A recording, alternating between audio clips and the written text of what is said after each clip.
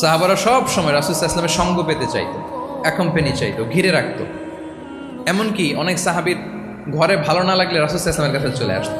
এমনকি অনেক সাহাবী বলতেন যে আমার পেটে ক্ষুধা লাগলেই আমি রাসূলের কাছে যেতাম, কারণ রাসূলের চেহারা দেখলে আমার পেটের ক্ষুধা উধাও হয়ে যেত। ফাবিমা রাহমাতিন মিনাল্লাহি লিনতা লাহুম, নবী হে, আল্লাহর অনুগ্রহে আপনি কোমল ভাষী হয়েছেন। তাহলে কোমল হৃদয়ের হওয়া, সফট হার্টেড হওয়া, দয়াদ্র চিত্তের হওয়া, এটা অন্যতম একটা লিডারশিপ ট্রেট। এত দয়াদ্র ছিলেন, আল্লাহ তাআলা বলছেন ফালাআল্লাকা বাখিউন নাফসাকা আলা আসারিহিম ইল্লাম ইউমিনু বিহাযাল হাদীসি আসাফা।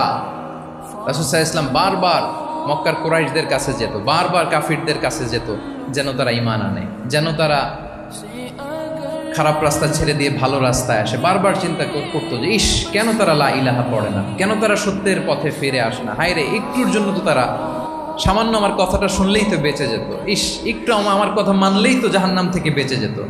এরকম অস্থির হয়ে তাদের পেছনে ছুটতেন।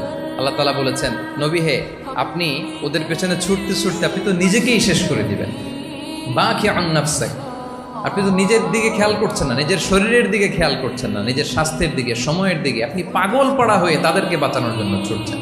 তাহলে কতটা দয়াদ্র কোমল হৃদয়ের অধিকারী হলে যে কাফেররা রাসূল সাল্লাল্লাহু আলাইহি ওয়াসাল্লামকে ফিজিক্যালি মেন্টালি এমন কোনো টর্চার নেই, করে নাই, তাদের পিছনে পিছনে ছুটতেন তিনি। হায় রে, একটু যদি ইমানের রাস্তায় আনা যায়, কোনোভাবে যদি তাদেরকে বুঝিয়ে কনভিন্স করা যায়, তাহলে কম্প্যাশনেট, দয়ালু হওয়া, এটা নেতৃত্বের অন্যতম একটা গুণ। আপনার হৃদয়ে দয়া থাকতে হবে, মায়া থাকতে হবে।